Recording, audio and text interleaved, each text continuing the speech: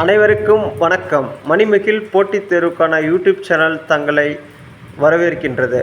இந்த சேனலை லைக் பண்ணுங்கள், ஷேர் பண்ணுங்கள், சப்ஸ்கிரைப் பண்ணுங்கள். வினா எண் 1.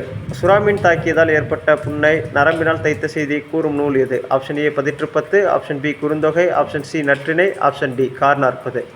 இந்த வினாவிற்கான விடை ஆப்ஷன் சி நற்றிணை என்பது ஆகும். முதல் வினாவிற்கான விடை ஆப்ஷன் சி நற்றிணை என்பதாகும். இரண்டாவது வினா. நிலம், தீ, நீர், வலி, விசும்போடு ஐந்தும் கலந்த மயக்கம் உலகம் ஆதலின் என கூறும் நூல் எது? பதிற்றுப்பத்து, குறுந்தொகை, நற்றிணை, தொல்காப்பியம். இந்த வினாவிற்கான விடை இரண்டாவது வினாவிற்கான விடை ஆப்ஷன் டி தொல்காப்பியம் என்பது ஆகும். மூன்றாவது வினா. வினா எண் 3.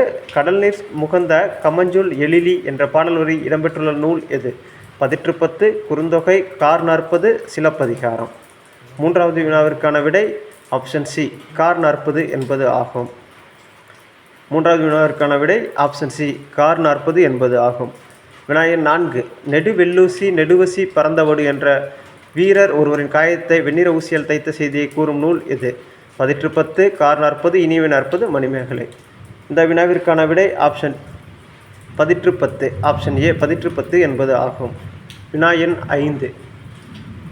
ஆழ அமுக்கி முகக்கினும் ஆழ்கடல் நீர் நாளி முகவாது நாள் நாளி என்ற பாடல் பாடியவர் யார்? ஔவையார், பாரதியார், பாரதிதாசன், திருமூலர். இந்த வினாவிற்கான விடை ஆப்ஷன் ஏ ஔவையார் என்பது ஆகும். வினா எண் 6. அடுத்து 6வது வினா.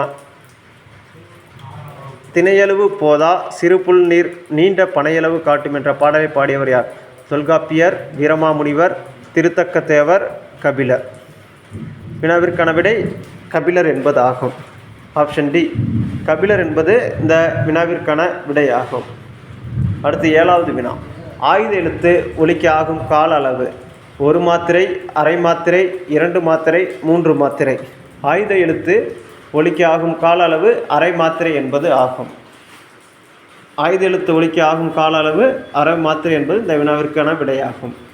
வினா எண் 8. தமிழின் முதல் காப்பியம், முத்தமிழ் காப்பியம், குடிமக்கள் காப்பியம் என்று போற்றப்படும் நூல் எது? சிலப்பதிகாரம், மணிமேகலை, வளையாபதி, குண்டலகேசி.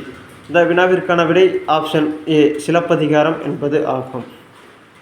சிலப்பதிகாரம் தமிழின் முதல் காப்பியம், முத்தமிழ் காப்பியம், குடிமக்கள் காப்பியம் என அழைக்கப்படுகிறது. சிலப்பதிகாரமும் எந்த நூலும் இரட்டை காப்பியங்கள் என அழைக்கப்படுகின்றது? மணிமேகலை, வளையாபதி, சிவக சிந்தாமணி, குண்டலகேசி. இந்த வினாவிற்கான விடை மணிமேகலை என்பதாகும். சிலப்பதிகாரமும் மணிமேகலையும் இரட்டை காப்பியங்கள் என்று அழைக்கப்படுகின்றது. வினா எண் 10.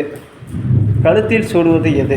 தார், கணையாளி, தண்டை, மேகலை. கழுத்தில் சூடுவது எது என்ற வினாவிற்கான விடை ஆப்ஷன் ஏ தார் என்பது ஆகும். தார் என்பது கழுத்தில் சூடுவது ஆகும்.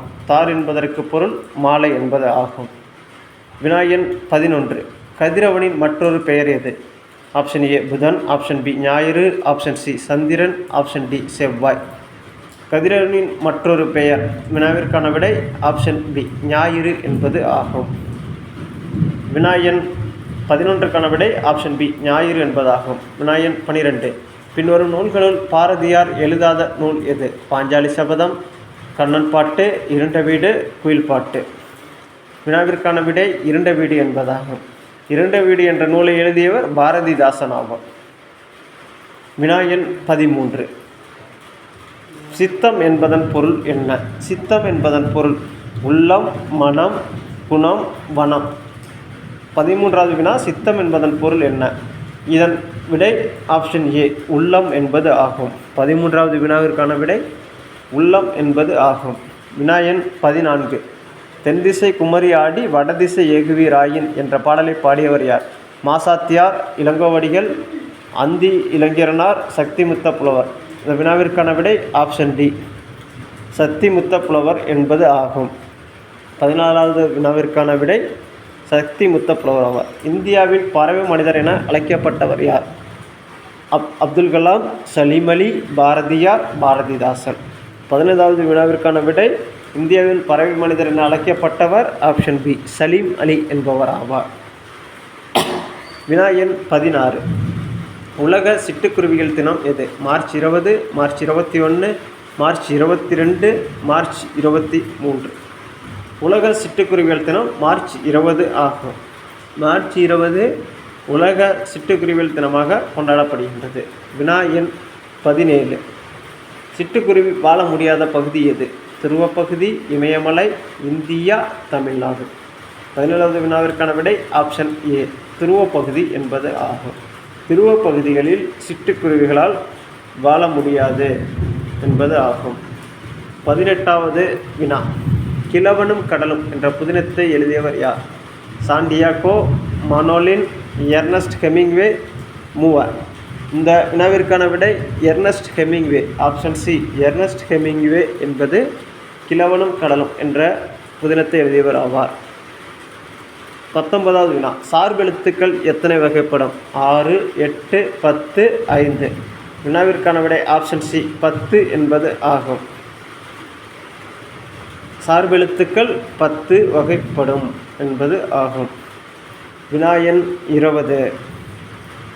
தனிநிலை என அழைக்கப்படுவது எது? உயிரெழுத்து, மெய்யெழுத்து, உயிர்மெய்யெழுத்து, ஆயுத எழுத்து. தனிநிலை என அழைக்கப்படுவது ஆயுத எழுத்து ஆகும். மேலும் இது போன்ற வினாக்களை பெற மணிமகிழ் யூடியூப் சேனலை சப்ஸ்கிரைப் பண்ணுங்கள், லைக் பண்ணுங்கள், ஷேர் பண்ணுங்கள். நன்றி.